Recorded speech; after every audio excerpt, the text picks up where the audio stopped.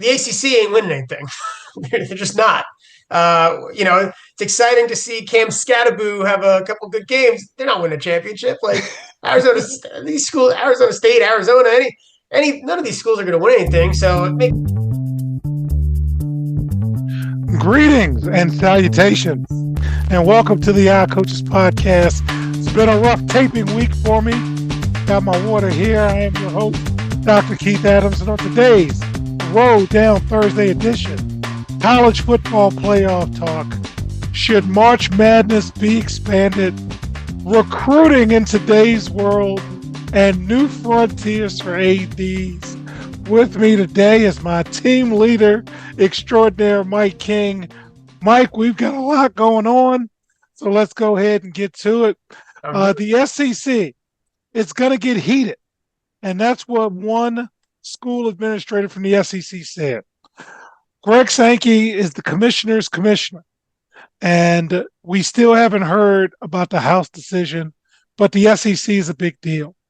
They're looking to possibly add a ninth conference football game.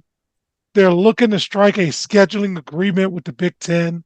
They're looking to remake conference championship weekend. But the Big 12 commissioner, Brett Yormick, reiterated his support for the 5+11 college football playoff model. So what that is 5 automatic qualifiers from the conference champions and 11 at-large teams. And no to the automatic qualifier in terms of having 4 slots, 2 slots. And you even have Arizona State's coach and TCU's coach talking about we should earn our way in. Mike, we watch a lot of college football. We cover it all year. Big Ten has said nothing, has sat to the side and let y'all figure this out. Haven't heard from the ACC. When you see all of this going on, what are you thinking, man? I'd like to give the system that we have a chance before we start changing everything. Like we're in year one. It was kind of fun. You had some schools that normally wouldn't have got a shot. They had their shot. Now, did a lot of them take beatings? Yeah. But you know what? Happens in the NCAA tournament too. So everyone loves March Madness, and a lot of times these schools get beating. So I like the system we had. Nothing's perfect, but I don't understand they're so quick to just like for everyone to get upset before you give something a chance to actually play out. And I mean that's what happens in life. We all have jobs. we all see this in our jobs. So this is just, I guess, the way of the world. But I thought it was an interesting system, and I'm sure they'll change it in 2 years, and 3 years, and 4 years. Now, what do you think about the 5+11? Do you prefer that over the automatic qualifiers of 4 SEC teams, 4 Big Ten teams, 2 ACC, 2 Big 12, something like that, and the Notre Dame / Group of 5 team? What do you prefer? Selfishly, as a fan of a school in the Big Ten, it's nice to have some automatic, but like I would say until the system isn't one where the Big Ten and the SEC have 80% of the good teams, we could change it in the future. If that changes, it does make sense for the Big Ten and the SEC to get a bigger slice of the pie. The Big Ten's had the last 2 football champions. Before that, it was the SEC for $1 billion. The ACC ain't winning anything. They're just not. It's exciting to see Cam Scattaboo have a couple good games. They're not winning a championship. Like Arizona State, Arizona, none of these schools are going to win anything. So it makes sense that you give the Big Ten and the SEC a bigger slice. But what I liked about it was everyone getting a shot. If again, SMU, you had your shot. You lost. What about the changing of the conference champions getting a bye? Are you all right with that? You're in, but we're going to seed you based on your ranking. I kind of like. I like the idea of you win your conference, you get some kind of reward. Again, across professional sports, which college is now a professional sport pretty much. You win your championship, you get, and then even in the professional sports, they start whining. Oh, this team wanted to. They had a losing record and they won a division. They get a home game. Okay, they won their division. Every time that debate comes up, that's not. Yeah, they get a home game. If my team's got to play on the road with an 11-5 or 11-6, whatever NFL 11-6 at this point record, and someone has a 8-9, and it's got to be on the road, well, win on the road. All right. I like that. I like that. Okay. Switching hats. March Madness. It's coming. I just don't know when. How are you feeling about expanding the tournament to 72 or 76? What do you think? I think it's like when they tell you if you don't smoke and you eat right and you do this, you get an extra 5 years. You don't get your 30s, you get your 80s. So do you want this? 5 years aren't as fun as you think. We don't need these extra teams. We're not getting these good teams. We're not getting 20 extra good teams. We're getting 20 extra bumps. So I don't think we need to expand the tournament because when you watch those first games, those the new who gets to be the 12 seed games, we're not watching great basketball. We're watching teams that should have been on the bubble.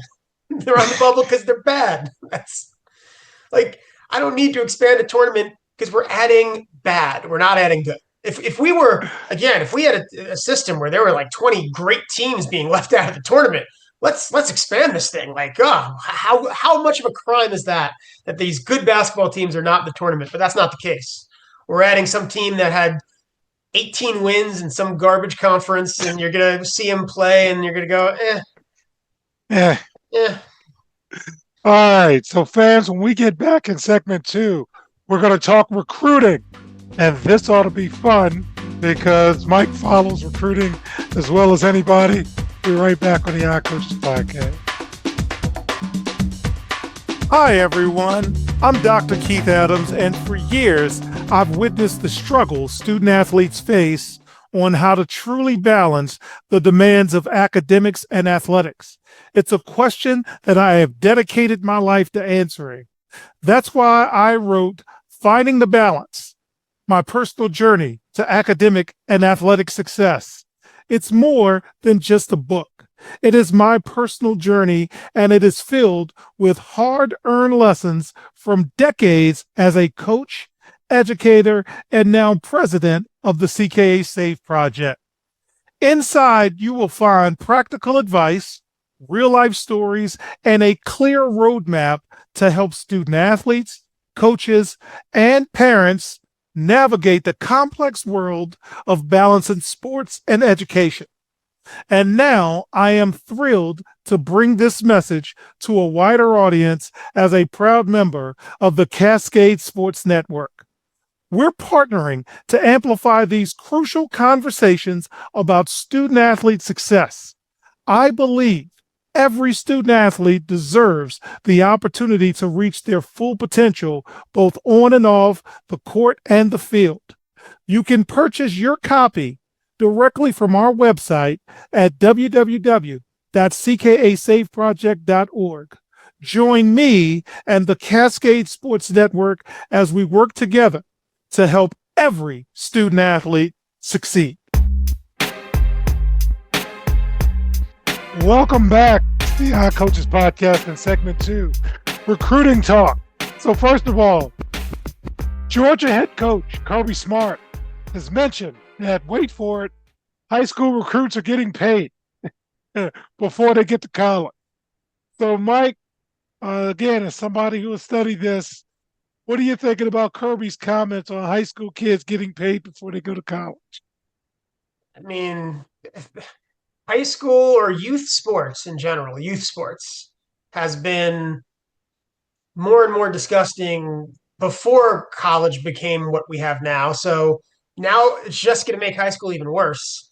Like the AAU and you got to go to a certain AAU where they're going to give you more money or certain shoes and this and that. And it's gross. I think it's, again, you open Pandora's box and all they wanted was cream cheese on a bagel. Some beer money in college, and we couldn't give it to them. And now we've got high schoolers making who knows what. All right. Speaking of who knows what, One collective, according to media reports, was involved with multiple quarterbacks. And the guy said, I'm not a talent evaluator, but one of the least talented quarterbacks we were looking for made the following demands: 1.5 million in year one, and this kid needs 2 years before he can even play. Kid also asked for travel to games. It's travel back home and then back to campus. The asks are crazier than ever, and I don't know how to make good on them. Then you got four-star recruits. Another collective going after four-star recruits says recruits are asking for a monthly stipend upon commitment, baked into multiple years, money for a car lease, housing stipends on top of what the school's paying. They need to do recommendation was a midsummer national signing day, get a commitment and expedite the process. There's too much waiting and seeing. If I'm going to spend 20,000 on a kid, what if he flips in October? It's a clown show. In the Big Ten, a source stressed through media reports that their school is done providing amenities such as private transfer to games or keys to luxury vehicles. They are expecting some tough conversations coming up. We're paying you hundreds and thousands of dollars.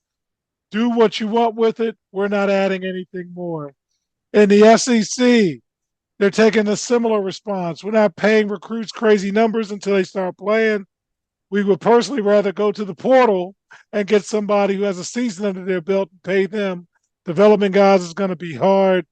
Finally, in the transfer portal, there was a basketball player who transferred from Princeton to Florida named Xavier Lee, and his contract with the Gators, he's got a new brand partnership with Serious Players Only, which accounts for more than $6 million, according to media sources. The agreement also includes a future shoe, a media signature of different releases, full creative freedom. Mike, they got better attorneys than we do. When I throw all of this at you and you're just a regular fan following your team, what do you think? It's a lot. 20,000 on I mean, paying kids, and it's funny when my team gets when Maryland got a football recruit who was like ranked number one or number two in the country for next year. The interviews with the kid, he's like, "Yeah, I don't care about money. That's why I'm going to Maryland. If I cared about money, I'd go to one of the other schools." So like, I mean, good for that kid. But isn't that gross? Like that this is what college sports is. These collectives, because again, these are just adults running organizations, and the kids' best interests aren't at heart. Their best interests are at heart. Are going to be the ones that are at heart. So like, I don't like As a don't like any of fan, this. do you donate back to Maryland? Well, the school, I don't, but the schools make it now where like the season tickets, there's part of the season ticket money goes into their NIL collective so they could make money that way. I just miss the days of for college, the handshakes with the cash in it, and for high school, the empty lots with the mailbox. We used to cheat with integrity in this country. Oh, I think that's a good time to leave it. So, fans, when we get back in segment three, we're going to talk about this changing athletic director job. And we do have a Maryland alum here. We'll talk a little bit about that. Be right back on the Yacht Coaches Podcast. Hi, everyone. Dr. Keith Adams here. And for over 30 years, I've dedicated my life to helping student athletes succeed, not just on the fields and the courts, but in the classroom and beyond. And that's why I founded the CKA Save Project. The CKA Save Project understands that finding the balance between academics and athletics is crucial for long-term success. That's why the CKA Save Project offers a range of programs, including personalized consulting, mentorship, and coming in 2027, our innovative Gap Year Basketball Academy designed to assist both young men and women reach their full potential both on and off the court. I'm incredibly excited to announce that the CK Save Project is now partnering with the Cascade Sports Network. This partnership will allow us the opportunity to amplify our message and reach even more student athletes through the Odd Coaches podcast and other exciting initiatives. Join the CKA Save Project and the Cascade Sports Network as we empower the next generation of student athletes. Visit CKA on the web at www.ckasaveproject.org to learn more. Let's work together to find the balance and help unlock your potential. Welcome back to the Odd Coaches Podcast in segment 3. Little AD talk. So let's talk Rutgers first. They still haven't hired an AD. They waited for a new president to come in who never hired an AD before. And it's Rutgers. Mike Rutgers is in the Big Ten, came in, I think, when Maryland came in. Haven't had a lot of success. Will actually have 2 of the top 5 draft picks in this lottery and didn't even make. Oh, sorry. 2 of the top 3. 2 of the top 3 picks and didn't even make it to the NCAA tournament. What are you thinking about Rutgers' search and any advice you would give them? I mean, they have to have money because again, they're going to have 2 of the top 3 draft picks for the NBA, and for football, they were able to pay a quarterback last year, like a freshman. So there's money in the program. But I like the idea about going into the sports business world because again, this is a business now. It's just about fundraising. It's not about fun losing. So you got to find someone who knows how to get money in because that's the only thing that matters. Speaking of that, Maryland's former athletic director, Damon Evans, who was at SMU, wants Ford Stadium in Dallas to feel like the Four Seasons or the Ritz. The stadium environment and the environment around the stadium is important. He's talking a lot about premium seating and he wants to be luxurious. SMU, as our colleague Robert has said, has a little bit of wealth. When you hear your old boss talking about SMU football after just leaving you, like a thief in the night, some people would say, how does that roll to you, sir? I mean, SMU has money. They have a history of, again, the handshakes. They were the best at it. Well, until they got caught. But the football program at SMU's got money. They've always had money. It's decades. So that's he could do well there. Football has done well there. They were in the playoffs last year. Um, I will say, do I trust the hiring of someone who hired Kevin Willard? I do not. I look at again. I wasn't a kid. I hated Kevin Willard before it was cool.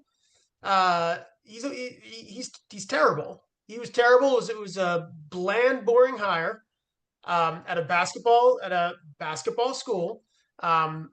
So that my bigger concern with and the other thing with I would say with football for Damon Evans, my thing with Maryland is stadium's empty. Tickets are too expensive. Make it easier to get into the building, and then we got you on food, we got you on drink.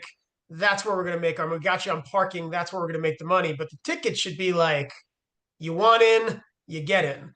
To have like maybe at SMU you can do it, but the luxury this and that, butts and seats. That's the name of the game. Butts and seats. You'll make your money as soon as people are there. So that's what I'd want to see at Maryland. That's Damon Evans did not do a good job of that there, but SMU there's more interest. So we'll see. All right. Now, speaking of Maryland, okay, Maryland does have a new AD, Mr. Jim Smith.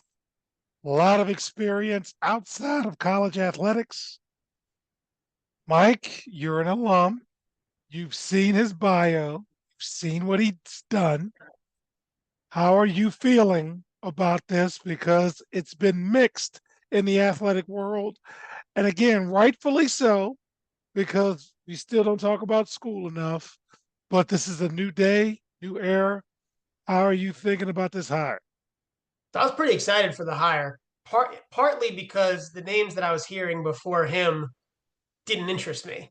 I don't want a couple ADs ago we got an army AD. It's easy to raise money at Army. You got an alumni base. You got the government. You got so many ways to get money.